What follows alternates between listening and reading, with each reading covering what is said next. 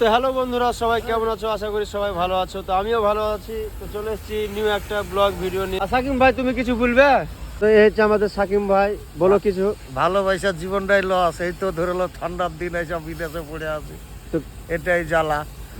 দুঃখজনক ব্যাপার, তাই না? দুঃখজনক ব্যাপার ভাই, এই কষ্ট সহজ হয়েছে না ভাই। আপনাকে এই শীতের সময় কাজ করতে কেমন লাগছে? সকাল সকাল উঠতে সকাল সকাল ভালোই লাগছে, কিন্তু ধরো কাজও ভালো লাগছে, কিন্তু ওই যে মাইক ছেলে ছেড়ে এসে কিস্তির দ্বারাই বাইরে এসে পড়ে এই আছি। মানুষটাকে জিজ্ঞেস করো কিস্তির যন্ত্রণা কতটা। এক বেলা না খেতে পেলেও কিস্তির টাকাটা ঠিক মতো দিতে হবে।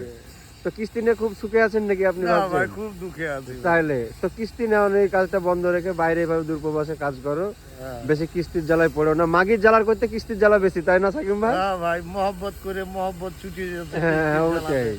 কিস্তির কারণ থেকে মহব্বত ছুটে যেতে। মহব্বত ছুটে যে যাই হোক, বেচারি অনেক কষ্ট। তো তোমরা এই দেখতে পাচ্ছ দূরপ্রবাসে এসে আমরা কাজ করছি, 11 ঘন্টা কাজ।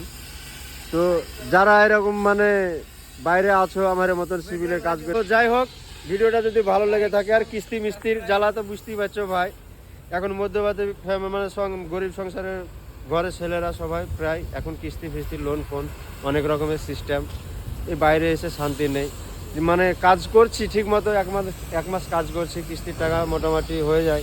কিন্তু ঠিকাদারের কাছে হয়তো সময় থাকলে সব সময় পাওয়া যায় না। অ্যাকচুয়ালি টাকা তো চাইলে আর কি পাওয়া যায় না। কিস্তির সময় তো বুঝতেই পারছো, যারা কিস্তি নেয় তারাই জানে।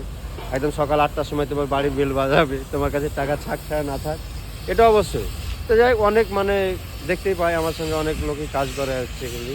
তো তাদের সমস্যা অনেকই হয়।